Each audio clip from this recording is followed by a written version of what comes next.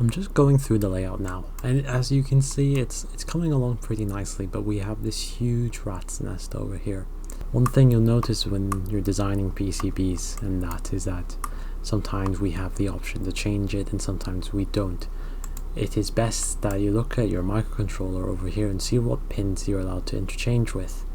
I would also like to speak on the concept of an I/O table. So having up this I/O table here, this is a very basic concept of one. It's not much. You can see the date in which I've completed. I've made some few changes to it now, and I haven't really kept up to date with the revision status. But this is essentially in a professional setting, or really I think even for your hobbyist things, when you're doing the firmware for this, is you should have a pin table that you can confirm that everything is correct and you know that these pins can be used.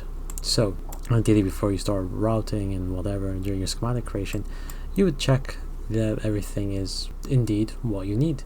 So for example, this seems to be an input for an ADC channel, and we see this input for ADC1 CH0.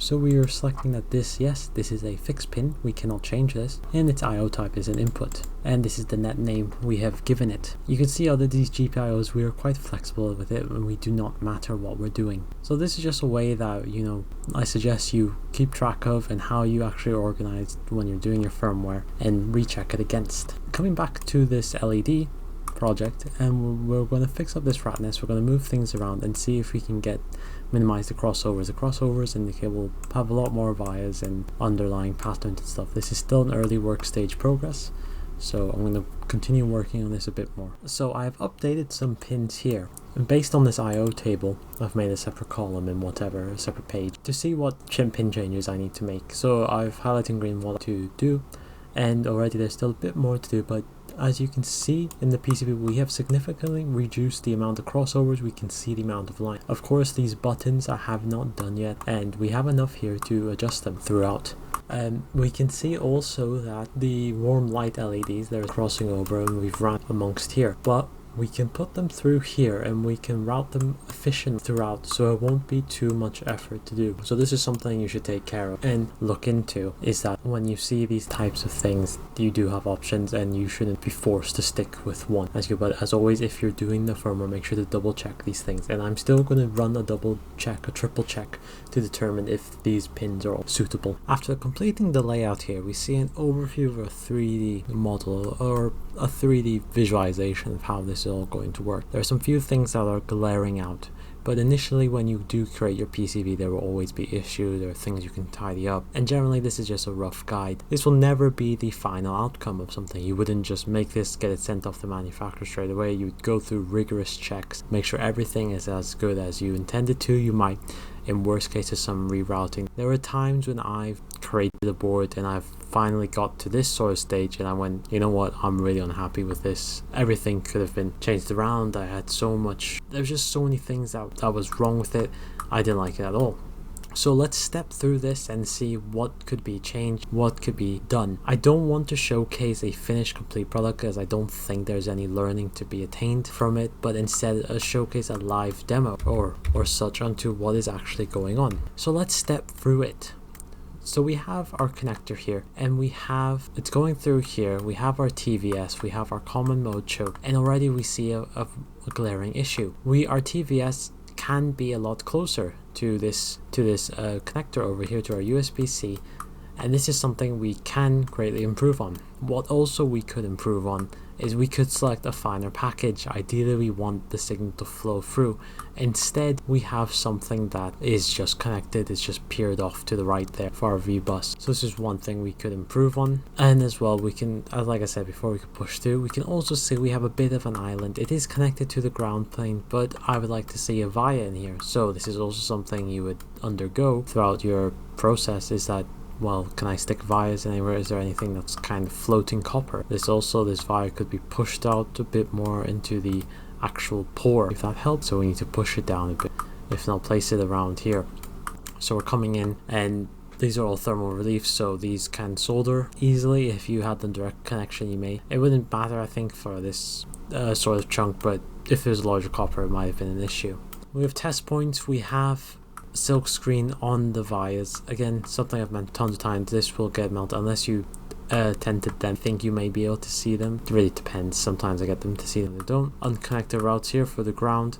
I was aiming to try and get a ground port nice through here, a slither, but it doesn't look like it's going to work out. So I'll just connect this up through here, just like so. Fixes it. Of course, I'm going to tidy it up later. But it's these things you want to look out for. Of course, you can also run your DRC check. And this is something you should always be doing before you even get it to manufacture. And ideally, your rules.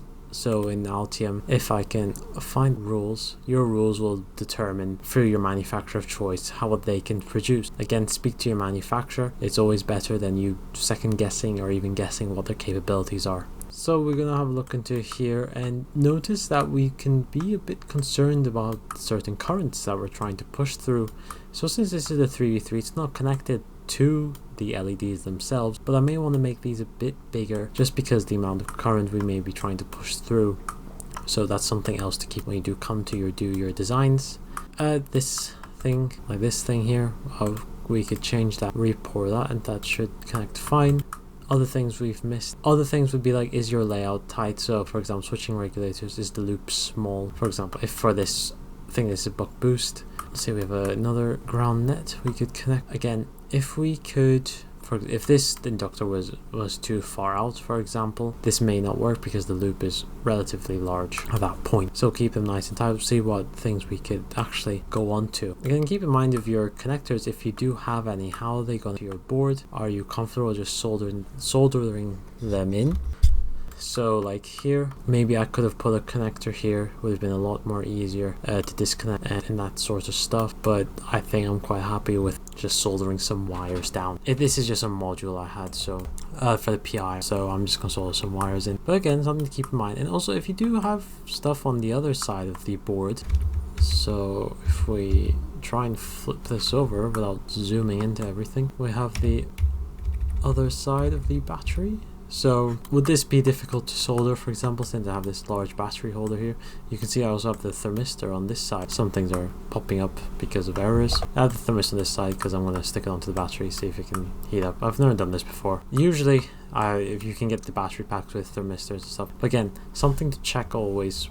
Always triple check your designs. See what is actually going on. Potentiometer here just to adjust for the light dependent resistor. And again, most of the power section here and the USB to UART I've got over here. Maybe I could put this a bit closer, but I've got all these 0 ohm resistors because things could go wrong. I'll need to change it. I think one thing, so you can see the design rules popping up here, some errors, which we'll sort out in a bit. Again, keep in mind of your signals, that what are you pushing through. So since these signals are PWM, they will be at least, I need to keep in mind, well, is there enough ground in between? Is the layout as ideal as I want it to be? Can I make improvements? So you can see all these signals here. I've got them coming into here. Ideally, I would like to put these resistors over here to make, just, it doesn't need to like curve all the way. I don't have any special mechanical requirement that requires me to place these LEDs in these exact positions. So I could have really just flipped it over and done some better routing that way. And you can see on the bottom layer that it's kind of going all over. It's not too bad, but where you're going, it could have been a lot better over those resistors. Again, looking through ground pour, place a ground via in between those places. So keep in mind, and you can see I've still haven't connected stuff. So again, usually your first pass at your PCB will never be your final outcome. Buttons and stuff, make sure you have mechanical constraints. So if you have any physical connection or if that sort of thing, actual changes on the fly, fix these fit. I'm gonna need to report the whole pour.